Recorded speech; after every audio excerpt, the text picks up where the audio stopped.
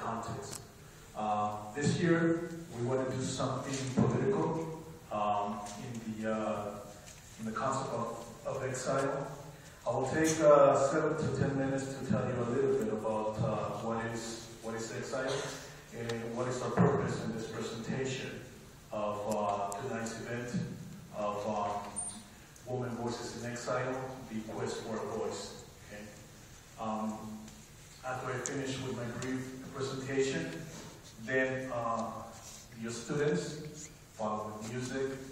They will do a poetry recital, a little bit of performance of the poems. We have a PowerPoint that we created for you. It has a little bit of information about the poem, just to contextualize it a little bit. We try to get some visual kind of representation of things that go within the poem. So the 2-3 kind of sentences, they tell us a little bit about the poem, and also the pictures kind of depict an important section of the poem as well.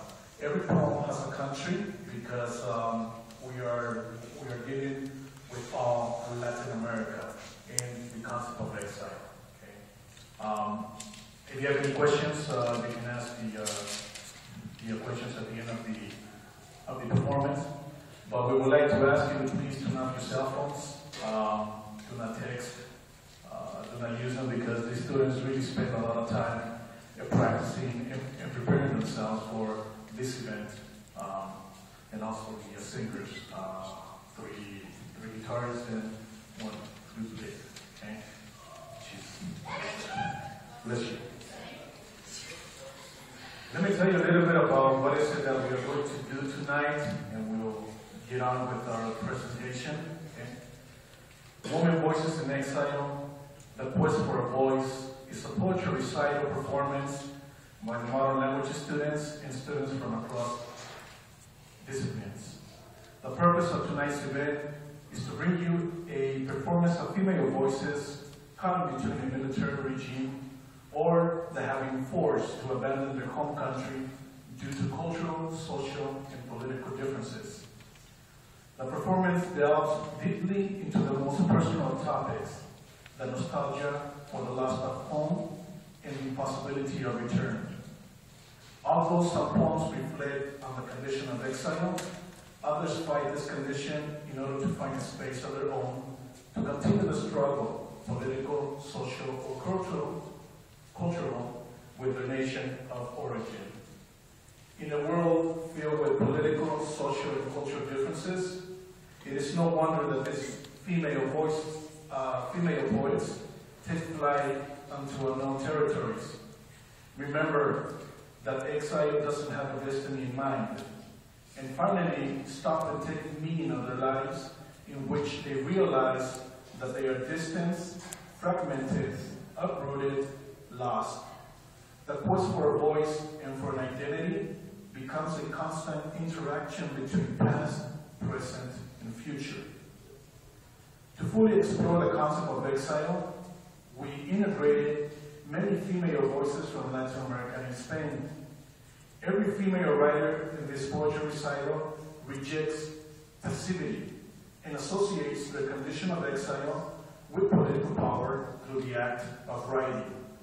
The projection of a voice that goes far beyond the traditional role of woman in society.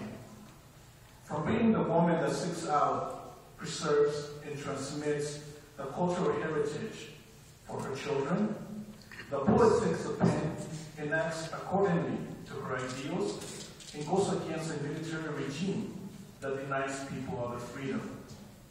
Writing then becomes a subversive political weapon in which stories are unfolded and the marginalized begin to contest for the center, where the act of presence is resistance to the abuse of power. Writing is a vehicle for resistance and change because it works as a cultural artifact that mirrors society and can be a manifestation of society ideals. For the succeeding female voices, writing under repressive regimes or continuing this struggle from the distance, another nation, is not just an individual commitment, but but a collective force that engages people to embrace one single ideal, which is justice. These female writers not only seek for themselves, but also for the lost or disappeared voices who have lost their lives to the hands of a dictatorship. As you begin to listen to these female poetic voices, and the students who have spent long hours memorizing and preparing the recital, all of the poems want to make something present. Presence is created in history and through language. It presents and it's represented. And these poems claim presence of the individual who has been negated the right to live free in their country of origin with the family members and friends.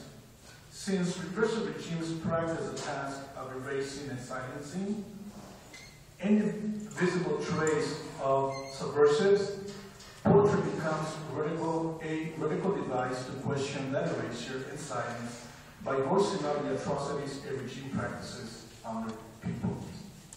These female poets find solace in the nostalgic idea of home, the connections through personal letters, the geographical space make people and place a sense of home.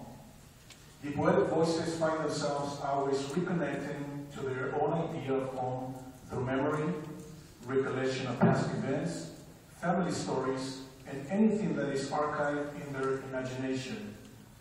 Through their poems, this process of active remembering, the female voice allows us to venture into places long forgotten, long lost. It is an invitation to the human psyche and emotional condition of the condition of exile. Some poems, very few of them by the way, do depict the excitement of arriving at a new place and creating a home, or just simply not letting the exilic experience control their existence. In this regard, the exile is more like an immigrant that, being in an unknown territory, there's always the hope of the future of reinventing themselves, of starting from scratch.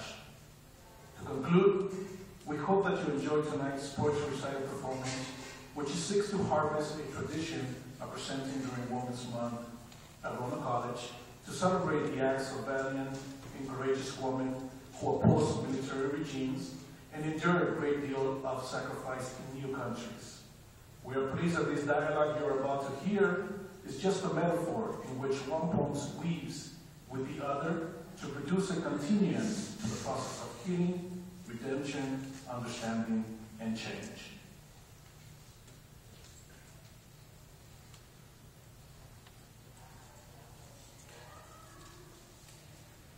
Our first poem, which is titled The Dynamite Dress, okay, weird title.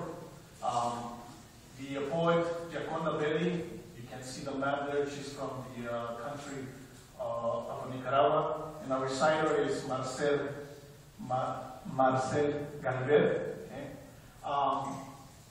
In this poem, the poetic voice combines the rituals of what a woman does every day to her active involvement in politics. Metaphorically, she makes love with her books, and poetry is born. That is, poetry of resistance and social change.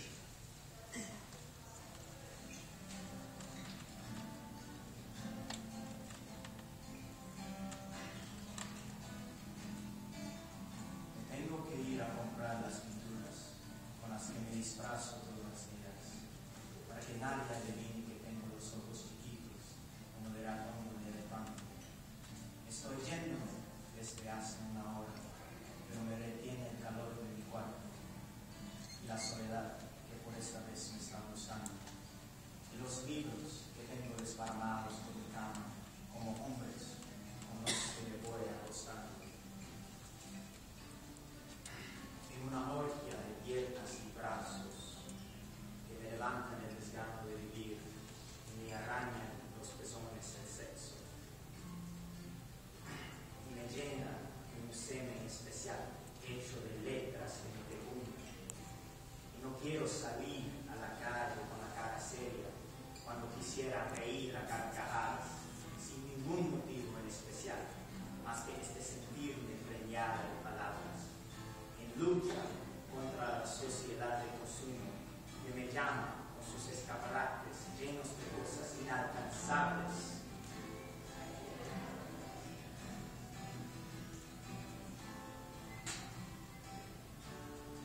Y a las que rechazo con todas mis hormonas femeninas, cuando recuerdo las caras gastadas y tristes de las gentes en mi pueblo, que deben haber amanecido como amanecen siempre, y como seguirán amaneciendo, como nos vistamos de dinamita, y nos vayamos a invadir palacios de gobierno, ministerios, cuarteles, con un fosforito en la mano.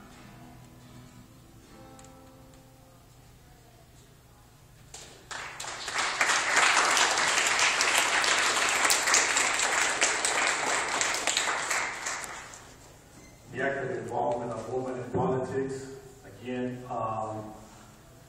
not relegating themselves to the traditional role. A woman who believes in her potential and also for social change as well. Okay. Our next poem is cited from country to country. The poet is from the country of Uruguay, Cristina Pérez Rossi, who actually suffered a long exile, persecuted in 1970, 1971. She just made it to a ship, boat that was heading to Barcelona. She just didn't know that the ship, the boat was actually heading that way, but that was her that was the destiny. Unfortunately, she comes to a country that had also another dictatorship, or which was Spain. So she actually suffers a double exile. Kelsey Ingo, she'll be reciting this poem.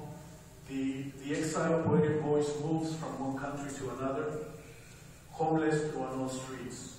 She writes letters that are never sent. To live in exile is like becoming blind.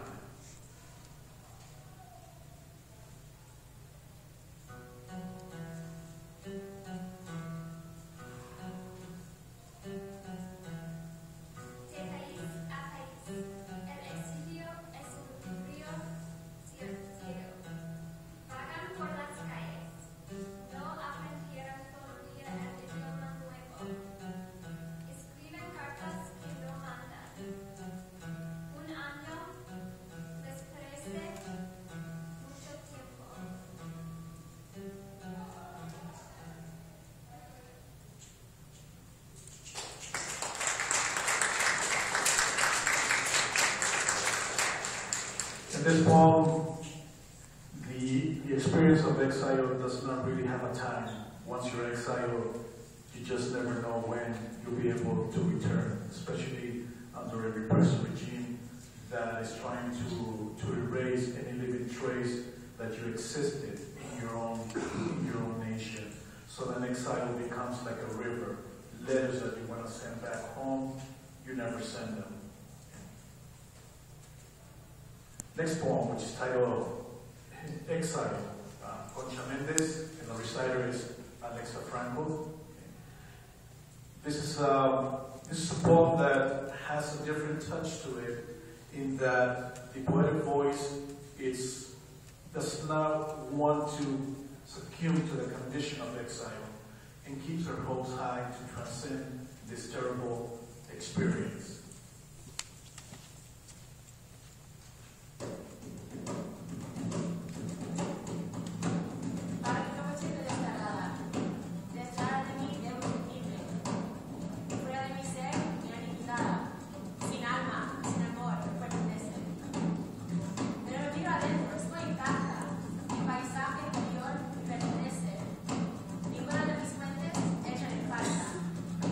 Todo en mí se mantiene y de verdad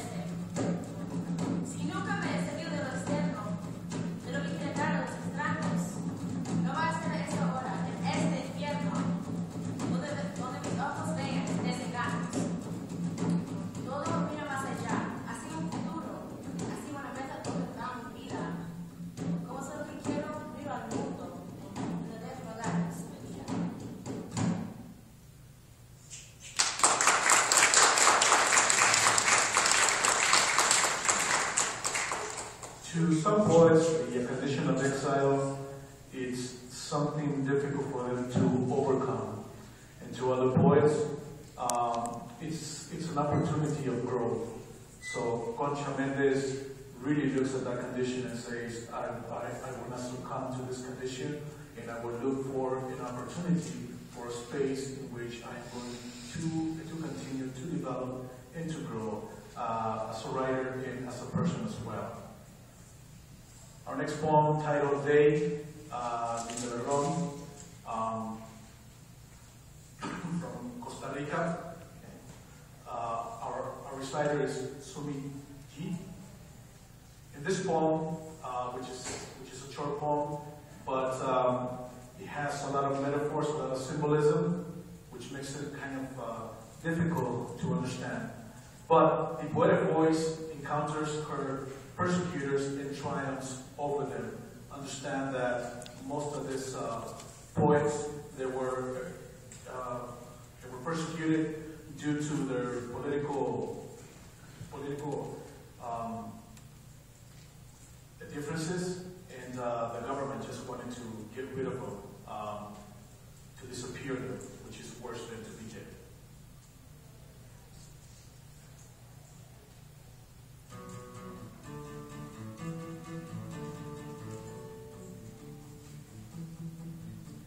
Ellos han venido pecando, con los cuernos y las ropas. Han venido vociferando, haciendo alarde con el fuego del gobernador. Finalmente, han caído a nuestros pies, ensangrentados. Al dolor no les deja abrirlos de nuevo.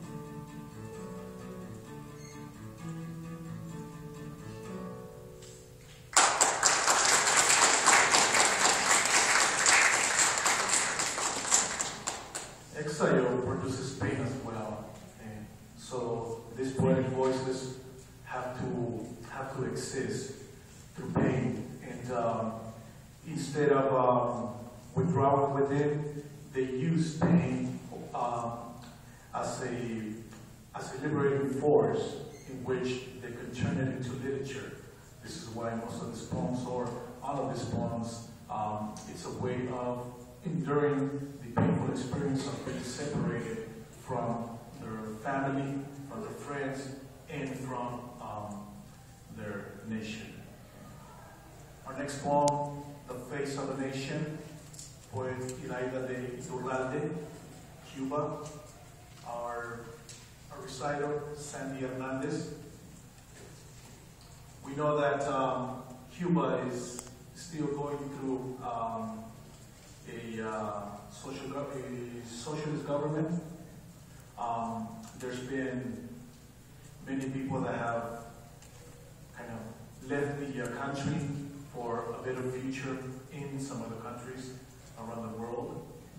In this poem, the poetic voice is banished from her home, Cuba. She describes the exilic experience as cruel and unwanted, but does manage to let out a loud cry: freedom.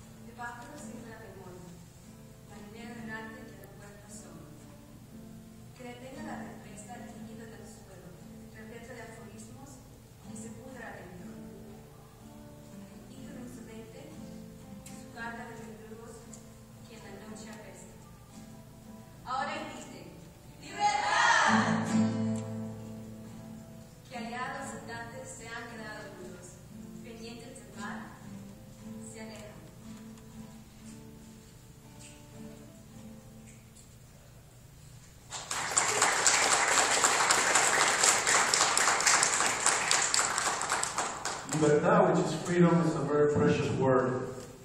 If not understood correctly, it can lead to many wars. One example is what we're going through today in our modern time.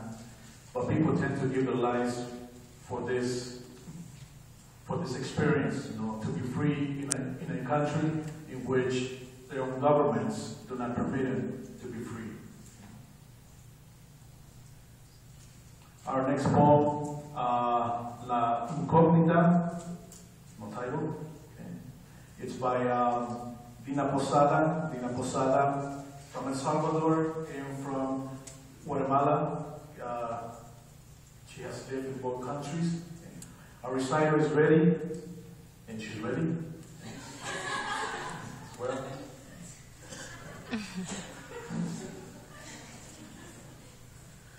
This poem it's a little bit complicated because, again, it has a lot of metaphors, a lot of symbolism. Okay? But in this poem, the poetic voice is incapable of channeling the distance between her and her nation. She feels like a homeless wandering through time and space.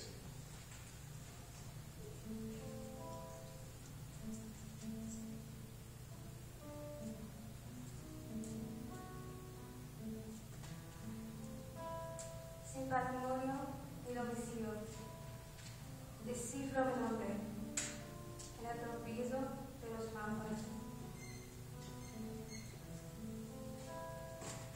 El color de mi voz es un recital y una espiral que me lanza al suburbio de los proscritos. No construyo sanar mis distancias.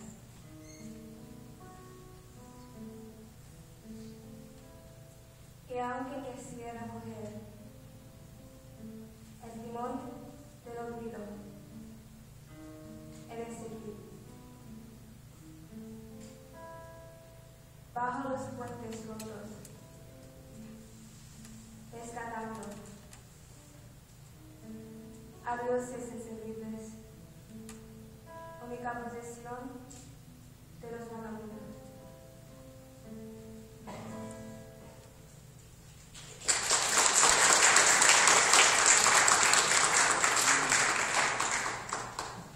How do you heal a wound that is not physical? Exile is that kind of wound that roots itself within you. There is no way that you can heal it. Not even time would actually do its work either. It is something that the poet carries with her for the rest of her life. The worst is when the poet feels herself that she is an eternal exile. Okay. Not even coming back after exile, the poet is going to feel that she has recovered what was lost. There's no way to recover what you lose. Okay. So this condition of exile will always be there. That's why in the picture of a long road, you don't know where exile is going to lead you.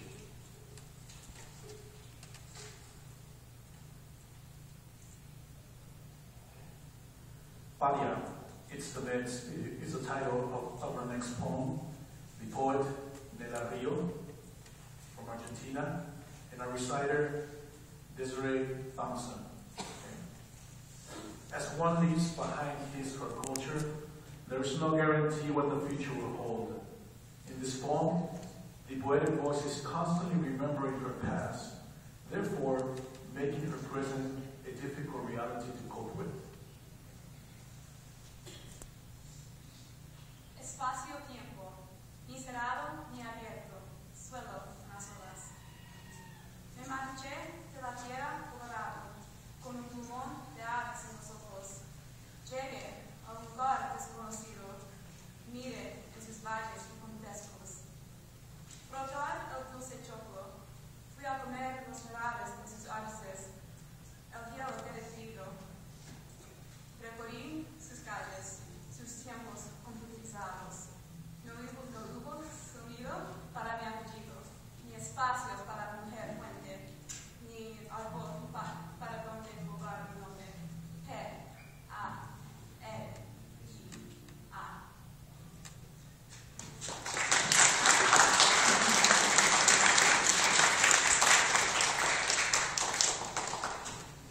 In exile, there's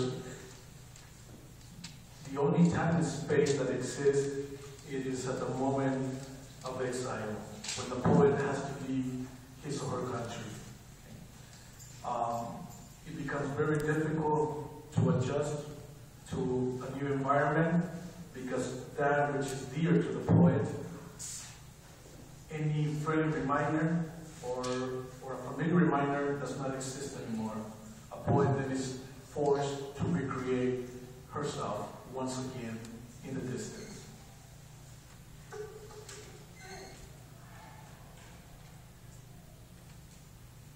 Our next poem is titled Yesterday, and it's not the song of the Beatles. Our poet is Isurena, from Haiti and also from the United States. And our reciter is Brooke Conrad. Through memory, the poetic voice returns to her original place, only to tell those who stay behind that she continues to remember them.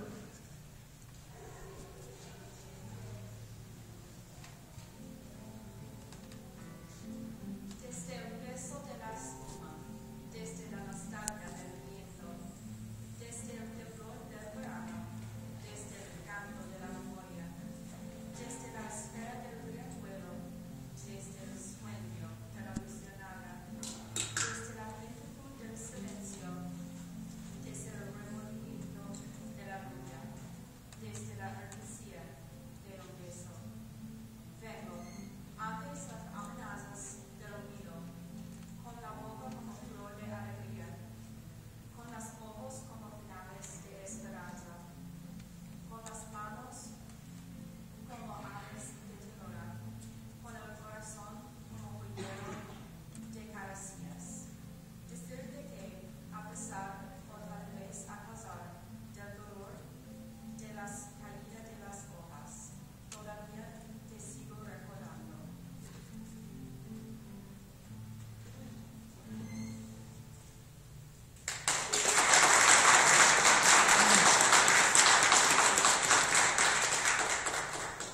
The act of remembering is something that is with the poet, with the exiled poet, every time.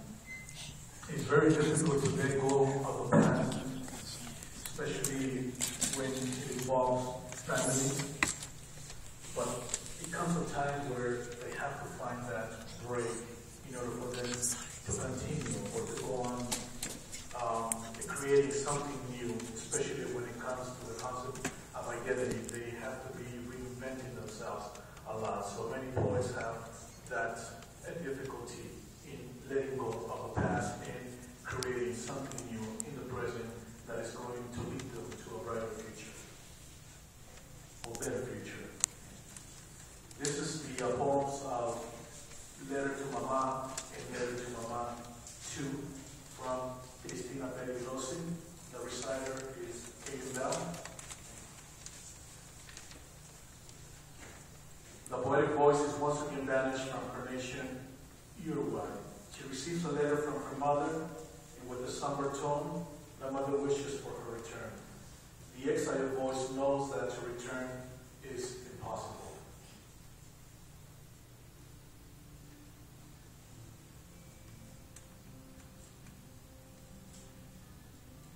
Y si todos se van, hija mía, ¿qué podemos hacer los que nos quedamos?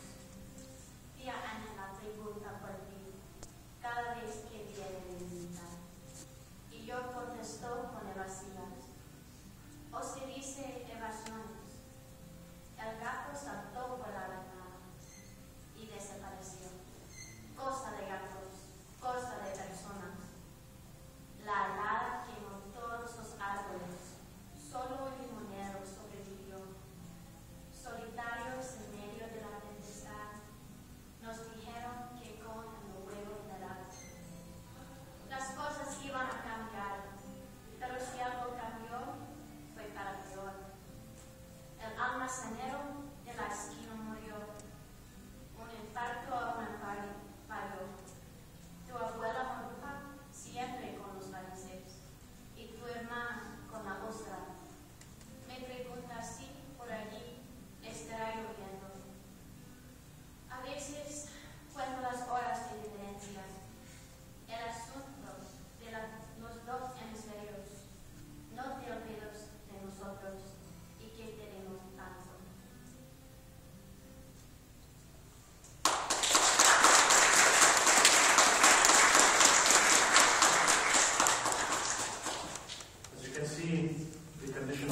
recital ruptures family ties.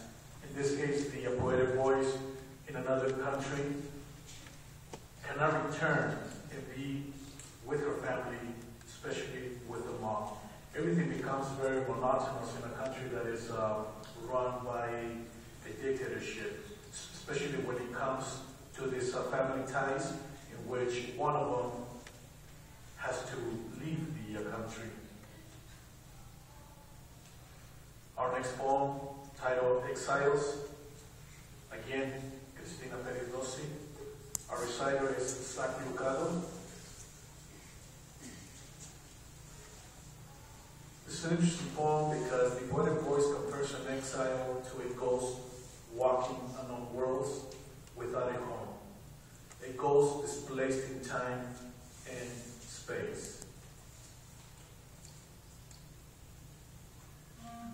Perseguir por las calles, sombras antiguas, retratos de barcos, voces balanceadas, hasta que alguien les dice que las sombras nos pasan las luces con el truco y lo inconsciente. Entonces dudan, miró con el hombre y de pronto llaman a él. Detrás del rostro que les recuerda otro antiguo, no es diferente de lo que de los fantasmas.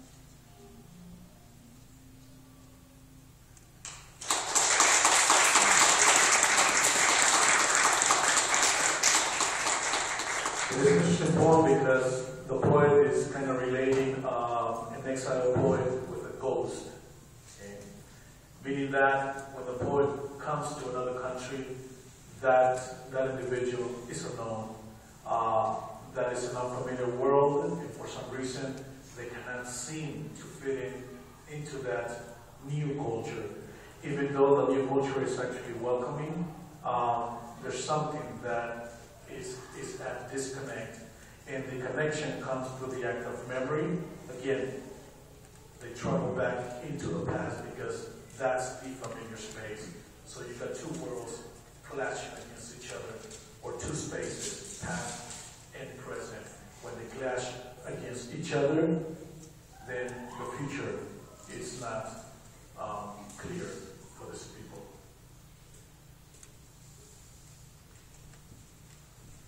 Our next poem, titled Exile as well, Alejandra Pizarnik. Our reciter is Eli Harrison. This poem has a different touch to it, in which the poetic voice is exiled from a sexual desire. The war becomes a bridge in which the poetic voice can transcend to her fantasy.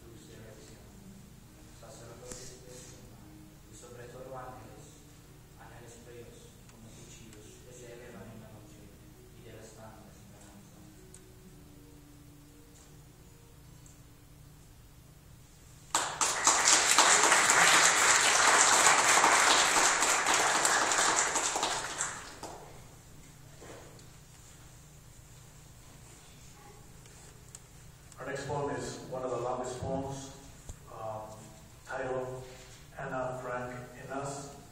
The poet is Margie Agustin from Chile. The reciter is Hannah Witt. Margie Agustin did a lot of research on Chilean woman that lost a family member to the Pinochet regime. In this poem, the poetic voice is visited by these superior woman voices to tell the stories of struggle and hope. The loud presente is a symbol of unity and political denunciation of the Augusto Pinochet Chilean dictatorship. The two images that you see there, they are called arpillas, okay? Done by this woman that who actually met, and they started to tell the story. So instead of going out to protest to the government, they decided to do it in an artistic way. Okay? So this is just a few of what is an arpilla, a representation of what is a political arpilla during the Pinochet years.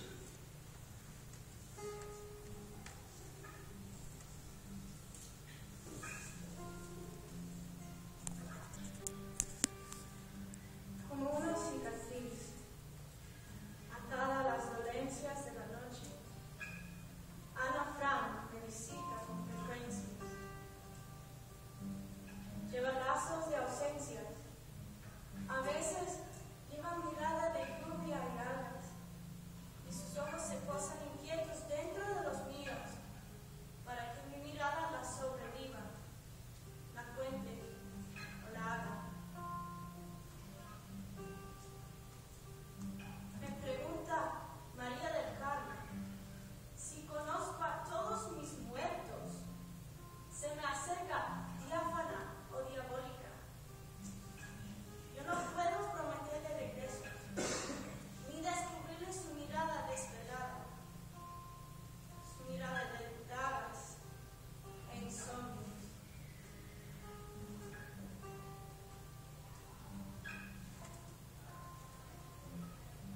Sonia de las Mercedes me visita con frecuencia, mientras como, sueño, amo o bebo. Hay un eco de la muerte entre nosotras. Hay un eco de la vida entre nosotras. María Cecilia me visita. A ti también te visita. No podemos transfigurarla ni aniquilarla con árboles muertos. Ella es espléndida en su resplandor y en sus olores a muerte clausurada.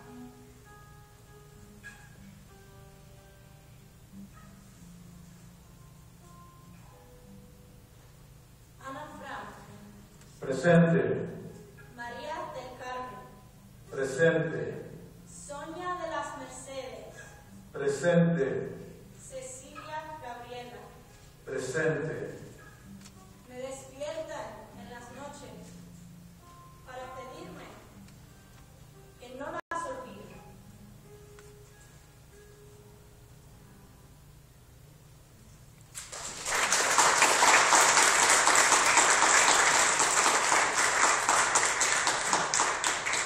One of the key points of poetry written in exile is never to conspire against the atrocities that happen to a human being. The poetry that you just heard today are female voices that in one way or another they either experience a forceful exile or a voluntary exile. Voluntary or involuntary, it does not really make a difference because, not a lot, because poets have to go to other countries that are not familiar to them, and they have to find a way to survive. So, thank you very much to the students that recited today. Thank you very much to Ada, Felicita, and Hannah. They did an excellent job with the music in the background. So we hope you enjoyed tonight, and hopefully we can see you next year. And thank you very much for coming.